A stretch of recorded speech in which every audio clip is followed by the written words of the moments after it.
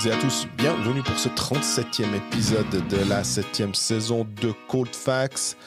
Un épisode qu'on doit en partie à Jimmy et Florent. Merci à eux parce qu'ils nous ont convaincus de le faire. Après la victoire 2-1 de Lausanne dans cette série de demi-finales, Fribourg qui mène toujours 3-2. Est-ce que le vent a tourné? Est-ce que Lausanne a réussi à construire quelque chose? On va en discuter. Et puis après les paris sportifs, on va parler du play-out entre Ajoie et Viège. Ajoie s'est imposé facilement 3-0, mène 3-1 et a la possibilité de boucler sa saison et de se maintenir en National League jeudi soir à Port-Entruy.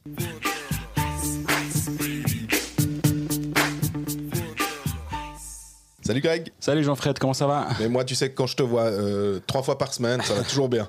Et toi? Ouais, ça va bien, merci. On commence par faire une petite salutation à Jimmy et Florent. On était en train d'hésiter à faire un podcast mardi soir après le match en se disant ouais, mais est-ce que vraiment c'est nécessaire? Est-ce que les gens attendent? On est en train de parler avec eux. Ils ont dit oui, avec plaisir. On leur a dit même, c'est vous qui décidez. C'est vous qui décidez si on le fait. Ils ont dit oui, donc on est là. Ma foi, on n'a pas eu le choix. Hein. Donc salutations à eux et puis salutations aux personnes qui sont venues dire bonjour aussi en marge du match Lausanne-Fribourg.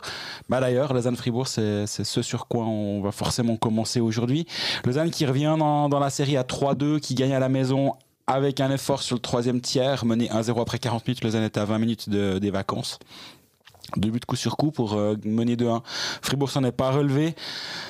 Alors, je suis pas sûr que les fans lausannois sont rassurés au terme de ce match-là, mais je pense que de pas être en vacances, c'est déjà en soi un petit peu rassurant, on va dire ça comme ça. Ouais, je pense que tu as assez bien résumé le truc, parce qu'après 40 minutes, dans cette patinoire, je pense pas qu'il y ait beaucoup de monde qui se disait « Non, mais c'est bon, ça va tourner.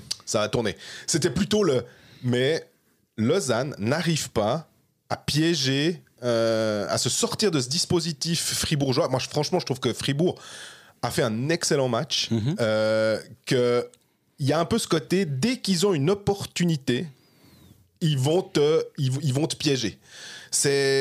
Là, ça a été le premier goal, enfin le seul pour dire, de Walser, qui d'ailleurs, lui, alors il faut jouer tout le temps à Lausanne. C'est son 4e but de ces séries et 3e but en 3 matchs à Lausanne. C'est un tir de Yann Dort que Pache dévie de la jambière et le plus prompt au rebond, c'est Samuel Walser.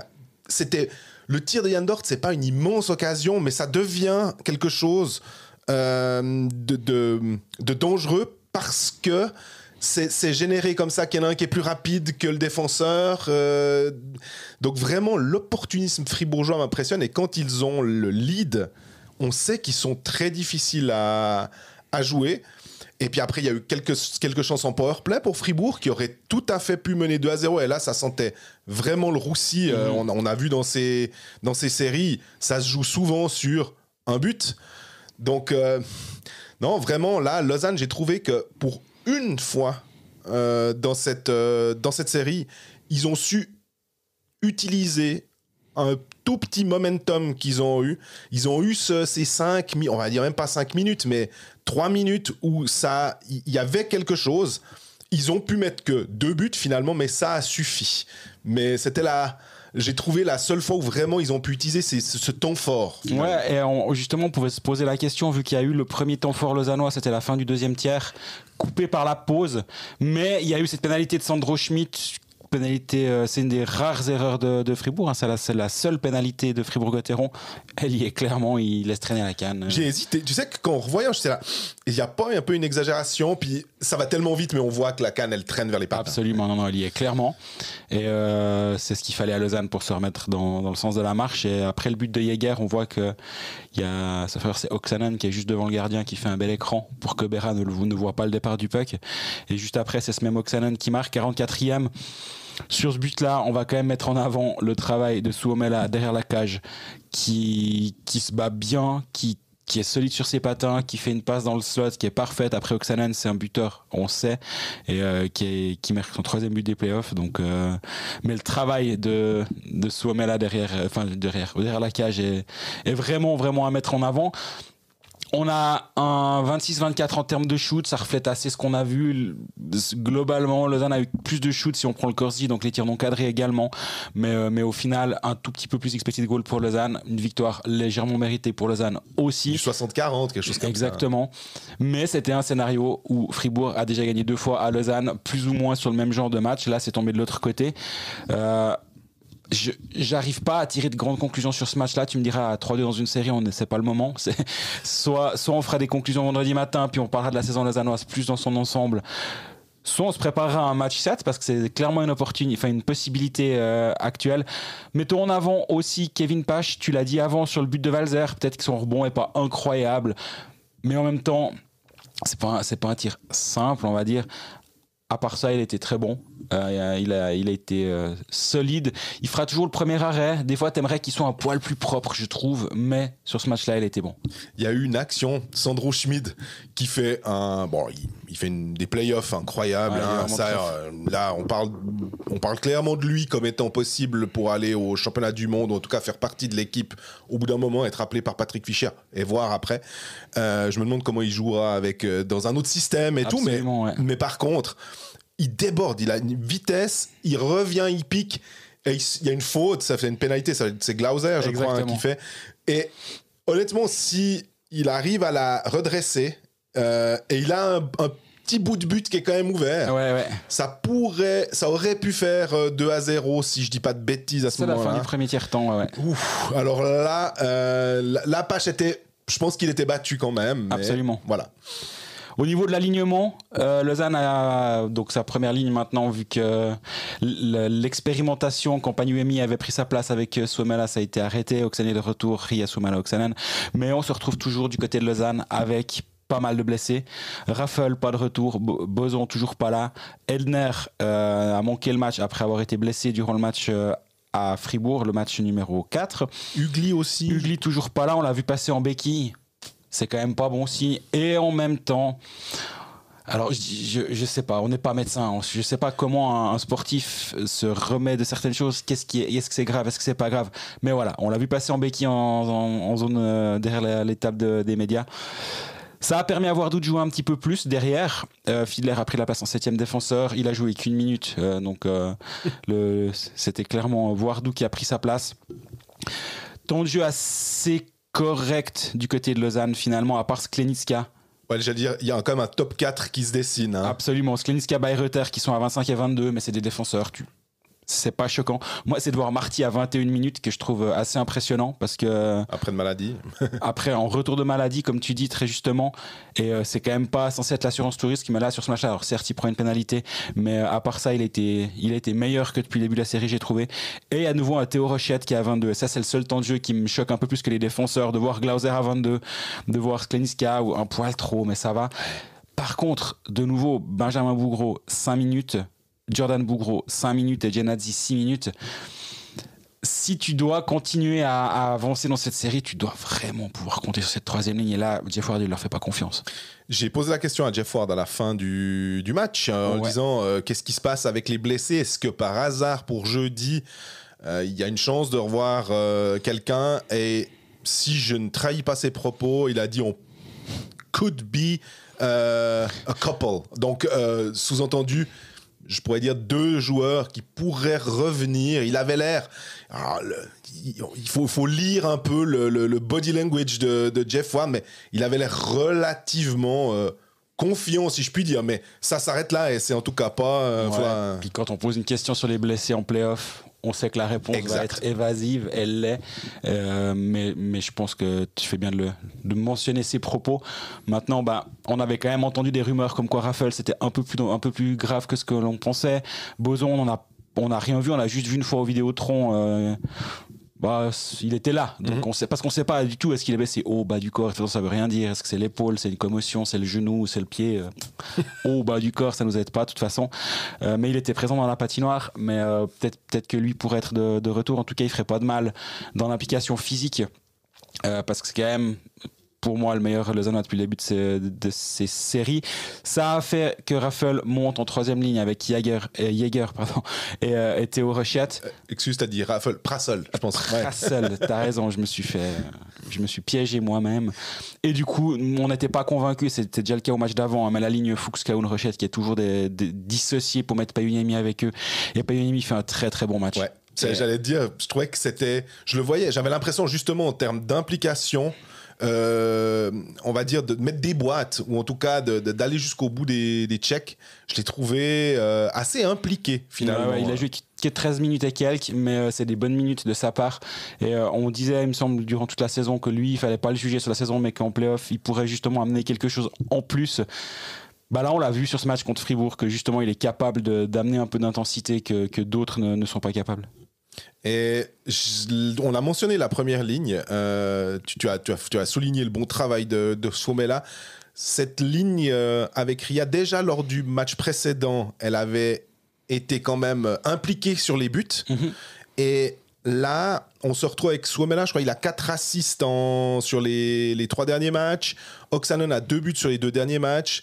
Ria aussi doit avoir 4 points ou 3 points sur le... Lausanne a besoin finalement d'avoir une ligne qui fonctionne, peu importe laquelle. Et là, finalement, elle était pointée du doigt parce qu'elle était très très bonne et qu'elle n'a pas changé pendant la saison régulière et qu'on a l'impression que Lausanne pouvait s'appuyer. Le Suomela, on attend toujours de lui du côté lausannois qu'il marque des buts, peut-être. Mais je pense que si il sert ses coéquipiers comme ça et que c'est les autres qui marquent, il n'y a pas de problème. Mais... je me suis dit aussi entre Kaoun, Rochette, qui était bon lors du match, lors de la série contre Langnau, on a l'impression qu'ils s'éteignent un petit peu plus sur cette série. Et est-ce que Lausanne, lors du match 6 à Fribourg, ils auront besoin aussi de peut-être d'autres joueurs et ils ont ces joueurs-là qui peuvent tout d'un coup décider d'un match. Absolument. Bon, au rayon des choses un petit peu moins positives côté lausannois, c'est quand même cette difficulté à rentrer dans le slot, je trouve. Et les 2 buts viennent justement soit d'un écran devant le gardien, soit d'une passe dans le slot qui fait la différence. Mais sur le match, il y a... Allez, je compte un 6e tir du slot, il y en a 6 qui viennent du slot. Et je suis généreux parce qu'il est très très en direction de la ligne bleue. Et à part ça, c'est tout en périphérie. Et Lausanne va quand même clairement devoir aller plus piocher devant la cage et ne l'a pas beaucoup fait depuis le début de cette série. Et Fribourg, oui, a un bon bloc défensif, mais il doit y avoir moyen quand même d'aller un peu plus les déranger et déranger Berra, parce que depuis le début de cette série, il a quand même la vie assez facile, Reto Berra. C'est ce que nous disait Théo Rochette à l'interview à la fin du match. Il a dit, il n'y a pas de miracle. On a fait un bon match, c'est clair, à part peut-être dans la deuxième période où on était un petit peu down, mais sinon il faut qu'on mette plus de trafic, il faut qu'on génère des rebonds, il faut en gros ces fameuses phrases qui ressortent tout le temps pendant les playoffs, que tu peux traduire par il faut aller là où ça fait mal, mais finalement on a bien vu d'où viennent les buts.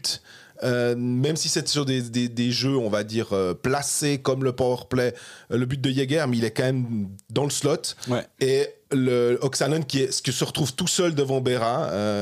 Il y avait eu d'ailleurs Kaoun aussi qui s'est retrouvé en début de match un peu tout seul devant Berra, mais qui a raté.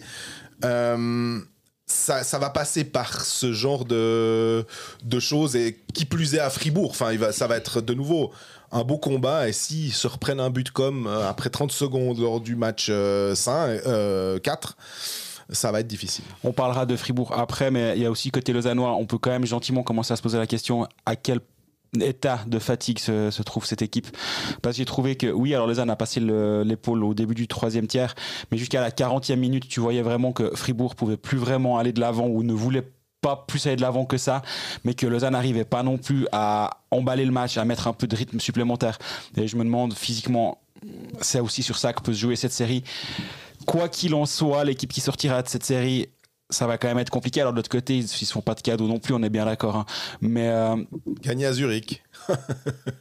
Si c'est Lausanne, il n'y a pas besoin. Voilà. Si c'est Lausanne, il n'y a pas besoin. Il n'y a pas besoin. Faut pas perdre à la maison. Si c'était le Lausanne de l'année passée, qui était si solide à la maison, je dirais oui. là, ce Lausanne-là arrive quand même des fois à perdre chez lui. Donc, Pas en saison régulière. En saison régulière, ils étaient encore meilleurs cette année que l'année passée. Oui. Il y a eu ces 2 défaites contre Fribourg en play-off. Il y en a eu en toute fin de saison aussi, des matchs qui comptaient peut-être. Celui-ci comptait un poil moins quand même, le 0-2. Mais Lausanne est solide à la maison. Par contre, ouais, physiquement, à quel niveau de fatigue se trouve ce LHC? Et c'est pour ça que je parlais aussi d'avoir besoin de plus de minutes de ta 4e ligne. Mais est-ce que tu peux vraiment faire confiance à une 4e ligne? Jordan et Benjamin Bougro avec Joël Genadzi à l'aile. Je suis pas vraiment sûr. Et jouer avec 6 défenseurs, ça se paye aussi potentiellement à terme.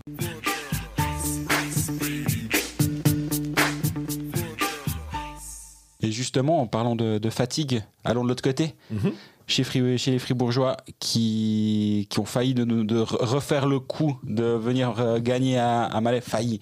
Ils sont passés à 20 minutes, on va dire. Mais dès que Lausanne a passé devant, là, tu voyais que ça devenait un peu plus compliqué pour eux de revenir. Ouais, je suis d'accord. Et puis à la fois, je me disais quand même, Fribourg, encore une fois, a cette capacité à générer quelque chose de, des fois, pas grand-chose.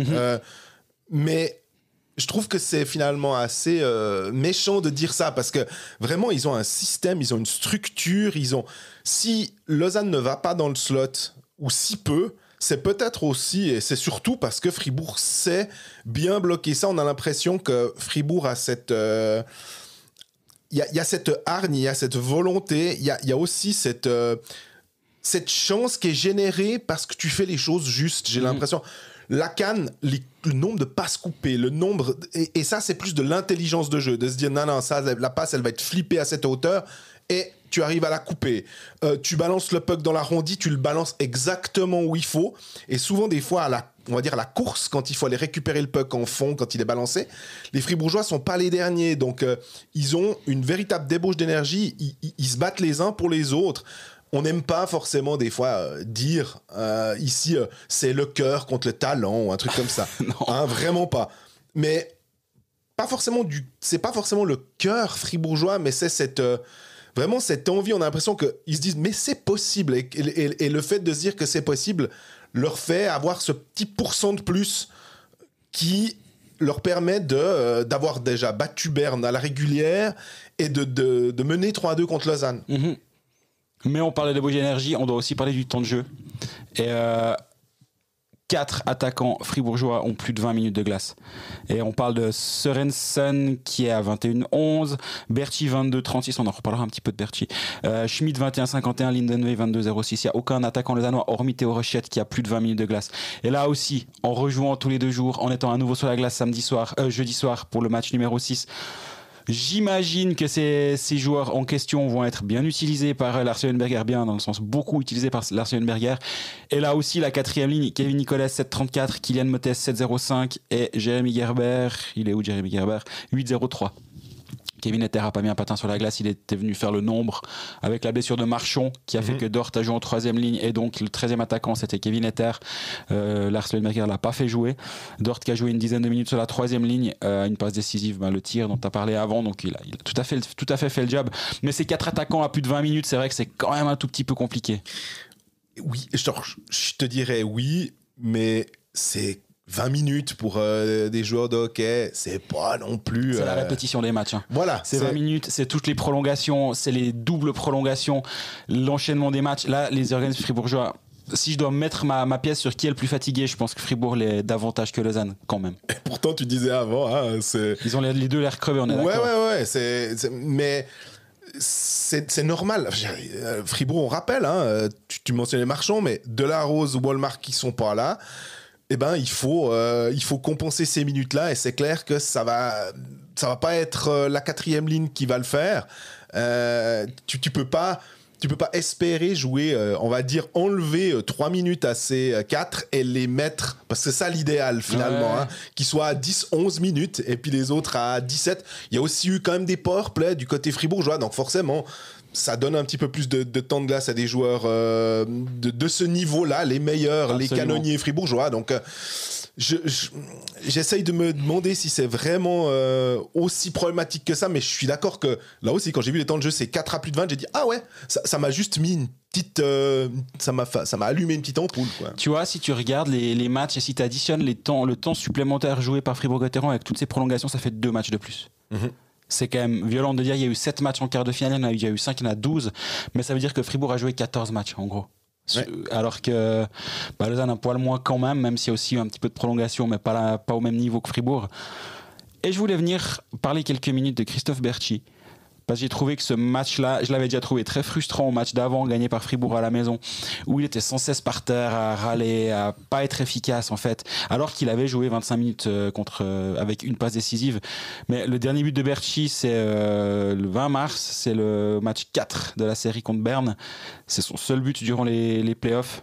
C'est ce tir de la buvette, quoi, un peu. Exactement, c'était pas sa plus grosse action de ces playoffs.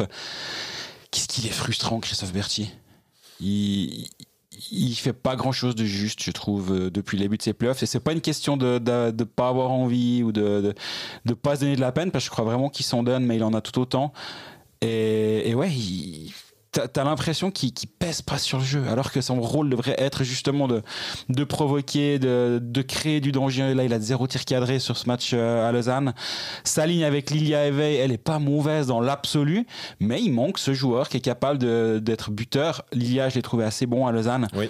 Veil, Ljunggren, pas Veil. Ouais. Je m'emballe. Ouais, je m'en mêle les pinceaux. Bah, c'est pas facile. Il faut Veil était là avant et Ljunggren maintenant, mais cette ligne, elle est tout à fait OK, justement. Mais Berchi, c'est quand même un peu compliqué, et quand tu dois compter sur lui, et heureusement pour lui que Sandro Schmidt a fait un pas vers l'avant gigantesque, ce qui lui permet un tout petit peu de passer sous le radar comme attaquant suisse qui doit marquer des buts. Heureusement qu'il y a Sprunger qui vient marquer des buts, heureusement qu'il y a Walzer qui vient, mais justement t'as ta vague 1 de scoring et ta vague 3, puis t'attends peut-être encore une au milieu de Berchi, Ljunggren et Lilia. Il manque un petit quelque chose là, et pourtant il a du powerplay aussi. Enfin, ouais, je me demande quelle est la solution avec Christophe Berchi. En même temps, t'as plus vraiment d'options avec le contingent qu'a l'Arsvenberger à disposition actuellement. Ouais, mais cette frustration, j'ai l'impression que c'est inhérent à son jeu, parce que quand il était à Lausanne, il y avait aussi des fois ce côté frustrant de voir qu'il tournait beaucoup en zone, il gardait le puck et tu te disais donne-le, il cherchait quelque chose, il n'arrivait pas à le transmettre. Des fois avec Fribourg, c'était un petit peu la même chose, et finalement, est-ce que le seul qui arrive vraiment à tirer le meilleur de Christophe Berchi, de la même manière que Leuenberger tire le meilleur de Radgeb et probablement de Schmid, c'est pas Patrick Fischer avec l'équipe de Suisse, parce qu'on se souvient quand même que... On s'en souvient très bien, parce que les deux, on était à Ostrava, on attendait, on checkait nos vols pour les changer, pour pouvoir repartir le lundi, parce que la Suisse s'était qualifiée pour les demi-finales du mondial. On attendait Christophe Berchi qui avait marqué le but et qui avait bien joué, et on se disait que ce Christophe Berchi-là, il était diablement efficace dans une équipe pourtant composée en bonne partie de joueurs de NHL. Ouais, absolument. Il a 4 buts dans le dernier mondial. Celui d'avant, il a un but en 7 matchs. Celui d'avant, il a 0 but. Donc, c'est pas non plus quelqu'un qui enchaîne les buts. Mais en 21, il en met 4 également. 3, pardon. C'est quelqu'un qui est quand même capable de marquer des buts. Je veux dire, il a une saison à plus de 20 buts, la saison 20-21 avec Lausanne. Il en a 23. Il en met quand même 11 cette saison, 18 la saison dernière. C'est quand même quelqu'un qui doit être un peu plus efficace que ce qu'il est actuellement. Et sur ces playoffs, là, c'est vrai que c'est... Il y a ce contrat, quoi. C'est aussi ça. Si c'était pas... s'il n'y avait pas ce contrat de 7 ans... On sait que c'est un très joli salaire, forcément. Il a un salaire de top player dans son équipe. C'est bientôt la moitié de son contrat, hein. C'est-à-dire, il a déjà fait 3 saisons finalement. Il arrive déjà à la fin de la première moitié. C'est fou de se dire ça au passage, parce qu'il est ce contrat jusqu'en 2029, Christophe Berchi. C'est un super joueur, il amène beaucoup de vitesse, il amène pas mal de jeux vers l'avant, mais il gagnerait à être un peu plus efficace. Et Fribourg commence à avoir justement besoin que Christophe Berchi se réveille assez urgemment. Sinon, on peut parler un petit peu de Reto Berra. Ouais, tu disais, s'il voit les tirs, bonne chance. Et là, Lausanne, sur le goal d'Oksanen, forcément, seul dans le slot, à un moment, tu peux être n'importe qui. Tu laisses une opportunité assez grande à l'adversaire de marquer. Et puis sur le goal de Jäger, c'est extrêmement difficile pour un gardien, je pense, comme ça, parce que la passe de Ria, c'est une sorte de tir-passe. Donc, où il y a vraiment cette déviation comme ça, c'est chaud. Sinon, il fait un match beresque, si j'ose utiliser cet adjectif, c'est-à-dire extrêmement solide pour moi. Surtout que il fait sa pire saison en carrière durant la saison régulière en termes de pourcentage d'arrêt. Hein. Mais 90,7% d'arrêt, 2,28 buts encaissés par match. C'est assez loin de ses standards. À Fribourg, il a fait une saison à 92,9, une à 92,8, 92,4, 91,5, 92,0. Avant de partir aux États-Unis aussi, il fait une saison à 90,6. Donc il est dans les mêmes eaux que maintenant, 90,7. Et il y a eu cette fin de saison, on s'est on s'est quand même un peu dit, Berra là, ouf, qu'est-ce qui se passe avec lui? Et là, depuis le début des playoffs, il est à 93,7 et chaque année, en fait, il hausse le ton au playoff. L'année passée, il est à 93% d'arrêt sur les playoffs. C'est un super atout pour Fribourg. Et justement, quand tu commences à devoir gagner, Fribourg va pas gagner 5-1 ou 5-4. Fribourg va devoir gagner 2-1 ou 3-2 après prolongation. On l'a vu depuis le début de ces séries. C'est pas offensivement que Fribourg va faire la différence, c'est défensivement. Et justement, quand t'as pierre angulaire, c'est Reto Berra qui a 93,7% d'arrêt, 1,79 buts encaissés par match, bah t'as un bon début de base. Ouais, c'est clair que on le sait aussi, et on se posait des questions sur son âge et la façon dont il allait pouvoir enchaîner, mais tu l'avais tout de suite dit, la chance qu'il y a en play-off, c'est que c'est pas back-to-back. Absolument. Donc le fait d'avoir quand même toujours ce jour de pause entre les matchs, là même des fois il y en a même deux, avec le match le samedi et le mardi, donc tu as dimanche, lundi. C'est, je pense, que pas du luxe alors, en l'occurrence, on disait ils sont tous fatigués, donc c'est du luxe pour personne. Ils sont tous très contents de pas avoir à jouer véritablement tous les 2 jours, tout le temps. Mais Berra, on pourrait l'imaginer avec l'équipe de Suisse comme ça, quand on voit comme il joue, mais je crois qu'il avait dit qu'il voulait arrêter de jouer avec la sélection nationale. Il s'était un petit peu retiré, si je me rappelle bien. Et donc, ma foi, il faut aller avec d'autres. Mais avec lui, tu as moins peur, on va dire, que on n'a pas trop vu de but au-dessus de l'épaule, par exemple, pour reprendre le... non, mais on est obligé de le signaler, effectivement, avec sa grande taille. Et il est très calme aussi. Tu as l'impression qu'il y a peu de rebonds. Théo Rochette disait, ouais, il faut qu'on mette du trafic. Ça, c'est toujours possible. Et il faut les rebonds qui traînent, il faut les prendre. Encore faut-il qu'il y ait des rebonds qui traînent. Parce que c'est cette capacité à engloutir le puck et à faire en sorte que ils disparaissent dans l'équipement et tu n'as rien en fait. Et ça, c'est quand même un grand avantage qu'a Reto Berra. Absolument. Et en termes de temps de jeu, je pense qu'on peut terminer là-dessus sur la défense de Fribourg-Gotteron. On a parlé des attaquants. Là, c'est quand même un peu plus sous contrôle que Lausanne. Justement, avec un Gunderson qui a 21,56, mais lui, c'est le marathonien. On sait que là, il était à peine chaud. Et il y a juste encore Yannick Kratgeb qui est en dessus de 20 minutes. Sinon, tu as un Yecker à 14 minutes, Diaz 17 minutes, et les suivants, Borgman 18. C'est tout à fait sous contrôle à ce niveau-là. C'est plutôt les attaquants qui m'inquiètent un poil plus, mais défensivement. Et surtout, je trouve que c'est un style de jeu que joue Fribourg qui n'est pas trop énergivore. Alors, je pense qu'il s'il m'écoutait les joueurs, il me dirait t'es bien gentil, mais on voit que c'est pas toi sur la glace. Pour être toujours bien placé, je pense que ça. Bien sûr, on voit que c'est pas toi sur la glace. On est bien d'accord. Mais par rapport à justement des équipes qui ont peut-être un jeu beaucoup plus physique, je peux penser à Berne justement qui a affronté Fribourg en quart de finale, qui allait beaucoup plus fort checker haut, qui pressait beaucoup plus. Là, t'as peut-être un peu moyen de jouer à l'économie en étant intelligent, surtout des joueurs comme Gunderson, comme Diaz, comme Borgman, même s'il est un poil moins expérimenté, enfin moins vieux là en l'occurrence, il a quand même d'expérience Borgman, il arrive pas vers les 40 ans lui. C'est quand même des joueurs qui savent enchaîner les minutes parce que justement ils savent comment faire pour ne pas trop souffrir. Donc la défense m'inquiète pas trop, c'est juste au niveau de l'attaque d'où viendra l'étincelle pour Fribourg ce jeudi soir.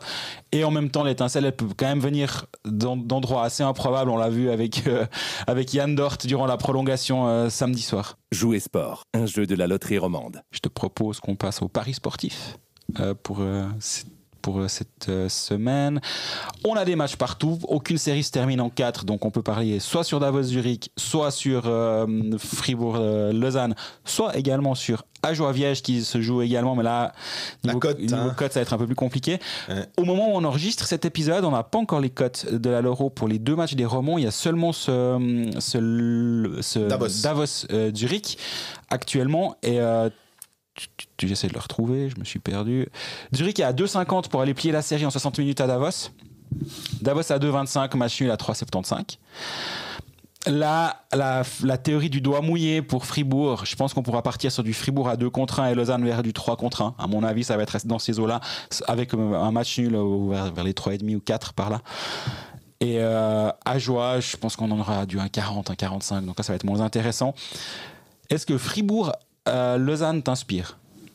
Non.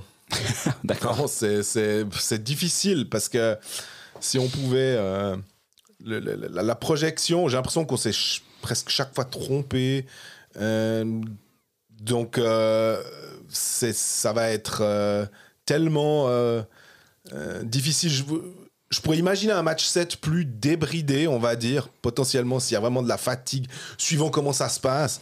Mais ce match 6, j'ai l'impression que ça va être aussi... et puis, un match défensif. Donc là, pour que ce soit intéressant, on n'est pas à moins de 5,5 goals. On va être plutôt à moins de 2,5 goals pour avoir je ne sais pas combien, mais un truc ridicule. Ouais, si tu veux une cote, il faut mettre moins de 4 buts et demi. Donc un 2-2. 2-1, 2-2, c'est bon, mais après, voilà. Ça sera vers du 2 et quelques, j'imagine, hein, sur d'expérience. Mais alors, un 2-2 pour dire, finalement, 4 buts, c'est déjà Byzance hein, dans cette série. Ça pourrait le faire. Tu vois, moi, à l'inverse, je pense que je vais partir probablement sur plus que 5,5 dans ce match. Il y a un moment où ça va péter. D'un côté, de l'autre. Si c'est Fribourg, t'as Lausanne qui va devoir sortir le gardien pour même à 2-1, 3, même à 3-1, même à 4-1. Et il peut y avoir des buts. Et à l'inverse, si Lausanne mène, ça peut aussi dégoupiller du côté de Fribourg. Parce qu'aussi physiquement, t'arrives à une limite et tu dis, bon, bah là, maintenant, on va essayer d'économiser. Je dis vraiment pas que ça va passer parce que la théorie voudrait qu'effectivement, il y ait peu de buts. Il y a eu le premier match, le dernier match, il y a eu ce 3-3, puis 4-3. Donc ça aurait passé là, mais sinon c'était toujours en dessous dans cette série. À voir. Mais moi, Ajoie moins 1, est-ce qu'on sera à quoi un 60, un truc 65, comme ça? un 70, ouais. Là, ça peut devenir intéressant aussi. Ajoie va s'en sortir, on va en parler juste après. Ajoie devrait s'en sortir. Mais justement, quand on peut être à ce point, pas catégorique, mais à ce point... confiant pour une équipe, du coup les bookmakers le sont probablement aussi et le seront aussi, et si on a du Ajoie à moins 1 à 1,70, ça devient très intéressant, ouais, parce que Viège, je ne veux pas parler de cette série actuellement parce mais voilà, avec l'incertitude autour du gardien, l'incertitude autour des étrangers, Ajoie qui peut boucler à la maison, il y a quand même un peu tous les ingrédients qui sont réunis pour que ça déroule, non? Et puis, donc ça, ce sera à voir, à retrouver sur nos réseaux sociaux jeudi matin, pour voir ce qu'on a choisi comme cote. Exactement. Jouer sport, un jeu de la loterie romande. On termine avec cette série Viège-Ajoie à 1-0 pour Viège. On disait ça devrait passer. À 1-1, on disait, vous voyez, ça va passer. À 2-1 par les poils, on disait, bon, ça devrait passer, mais même s'ils font pas trop les malins.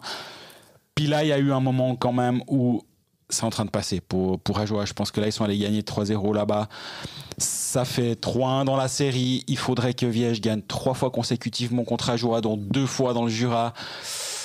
On arrive un peu aux limites du HC Viège. Et même à 1-0, tu voyais en fait qu'il y avait un petit peu d'écart entre les deux équipes, je trouve. À 1-0, 3-0 dans le match pour Viège. C'était ça aussi. Où là, c'était un peu le... Mais on a l'impression finalement...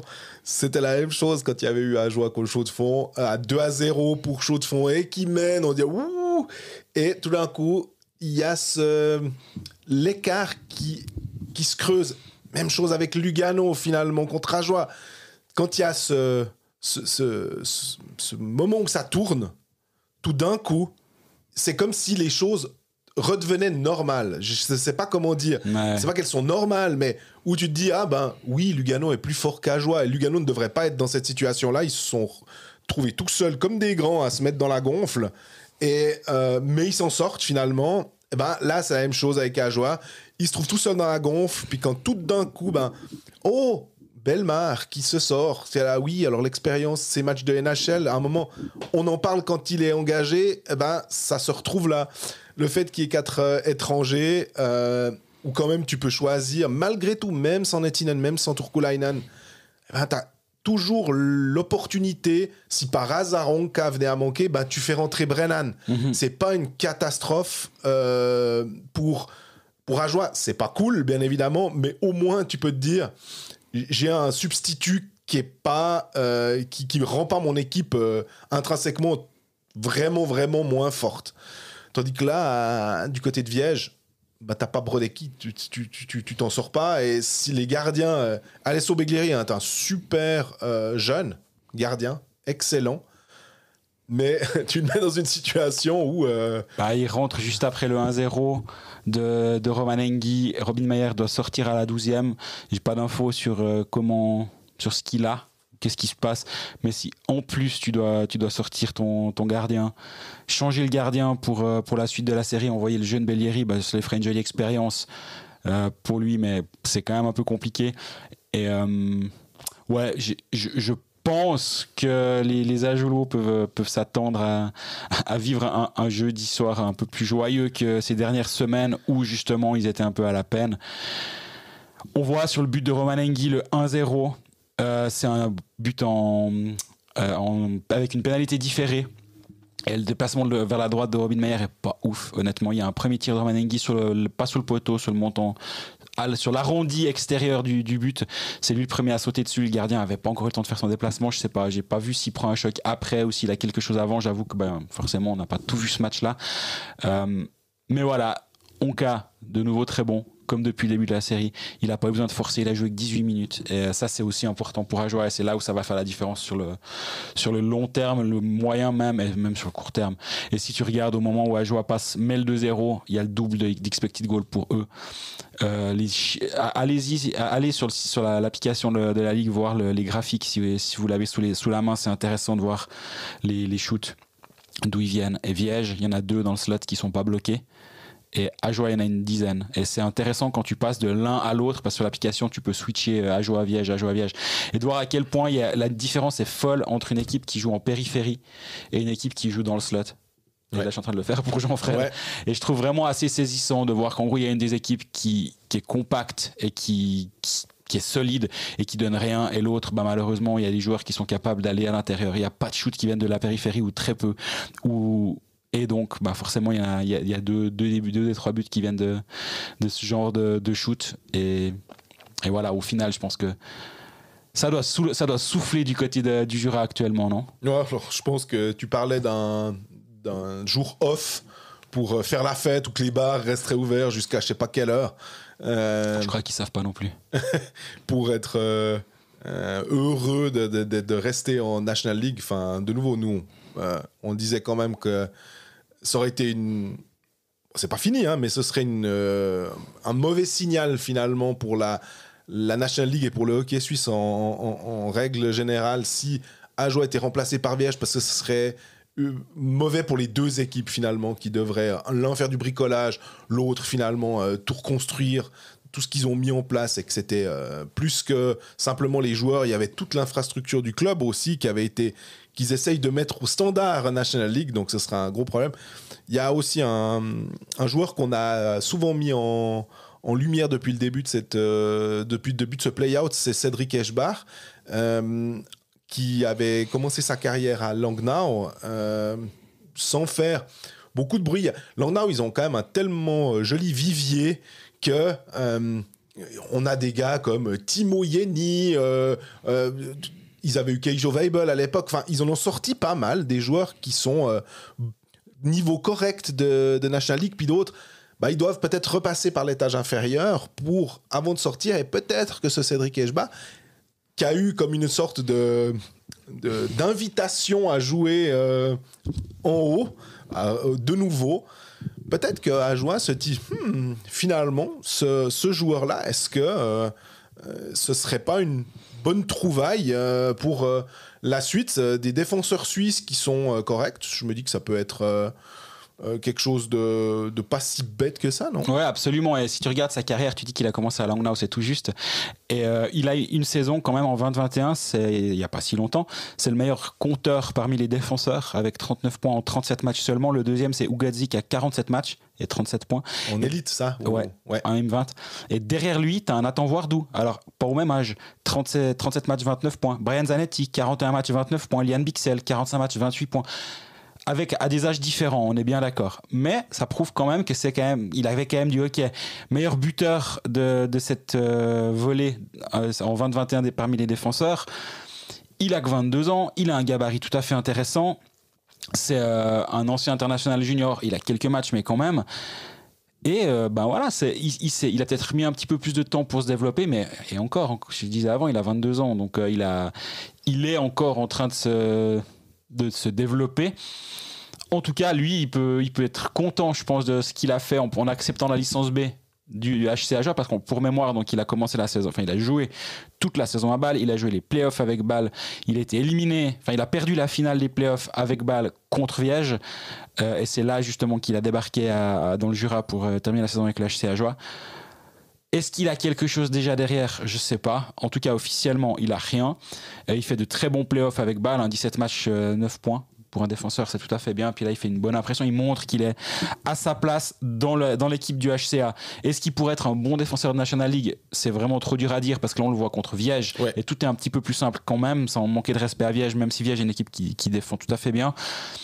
C'est pas l'équipe la plus menaçante et on le retrouve pas en défense face à Zurich ou Zug où ça serait peut-être un petit peu plus tendu, mais là à 22 ans il doit sûrement faire de l'œil, enfin certains dirigeants doivent lui faire un petit peu d'œil, je pense. Mais il cristallise aussi ce passage par la Swiss League qui peut finalement être un bon tremplin pour remonter, venir. J'aime bien quand tu dis il était peut-être pas il était peut-être pas encore un joueur fini pour la National League finalement. On a vu Arnaud Nussbaumer qui est un jeune aussi qui a eu sa chance avec Ajoie. Il y a eu Joel Scheidegger, on se rappelle Daniel Eigenmann aussi. Donc ces joueurs-là qui de temps en temps sont un petit peu à la limite, puis est-ce qu'il y a le petit déclic et qui fait que tu disais gabarit, je crois qu'il fait 1m83, 84 kilos, joueur totalement dans le moule National League.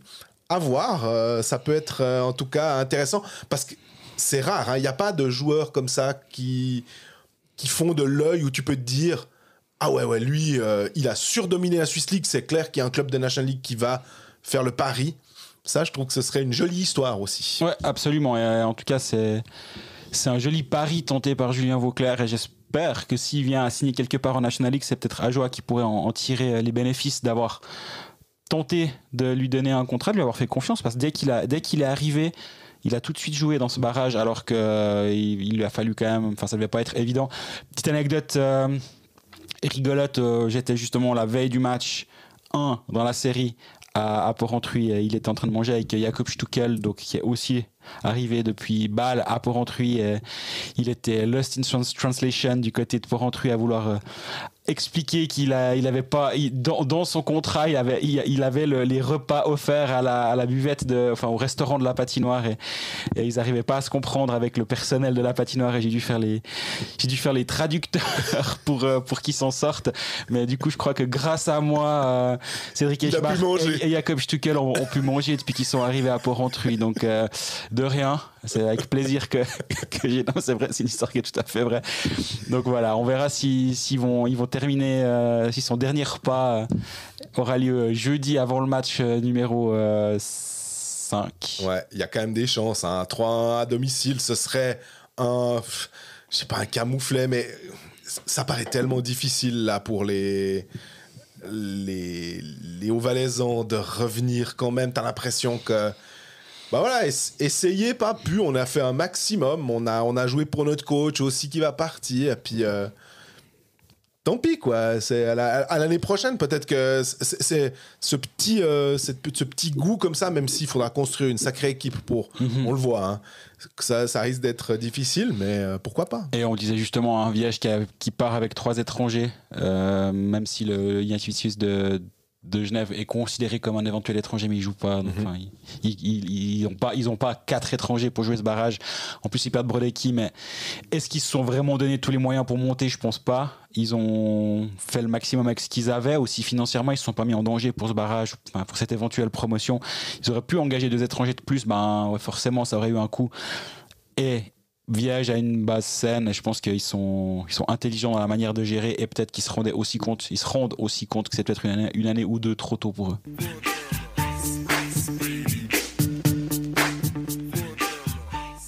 on est au terme de cet épisode numéro 37 de la saison 7 de Colfax. Le numéro 38 aura lieu vendredi, quoi qu'il arrive. Il n'y aura pas besoin de nous motiver cette fois-ci, on sera sûr, parce qu'il y aura... Là, on était un peu un entre-deux, mais je pense qu'on l'aurait quand même fait. Mais il y a eu la décision de nos deux fans lausannois qu'on a rencontrés après le match. Mais peut-être qu'on l'aurait quand même fait. Et prochain épisode, très très probablement vendredi, il n'y a pas de raison. D'ici là, profitez bien des matchs. Abonnez-vous sur Spotify, SoundCloud, YouTube. On est présent un petit peu partout. Parlez de nous autour de vous. Ça fait toujours... c'est la meilleure publicité, c'est celle qui vient de vous. Donc n'hésitez pas à en faire. Nous, ça nous aide beaucoup. Et merci pour votre fidélité. Nous, on essaie d'être là le plus régulièrement possible pour vous faire vivre ces playoffs au plus proche des matchs. Donc, on espère que ça vous convient, ce rythme, et que vous arrivez à nous suivre. Et profitez bien de ce match numéro 6. Et à bientôt. À vendredi.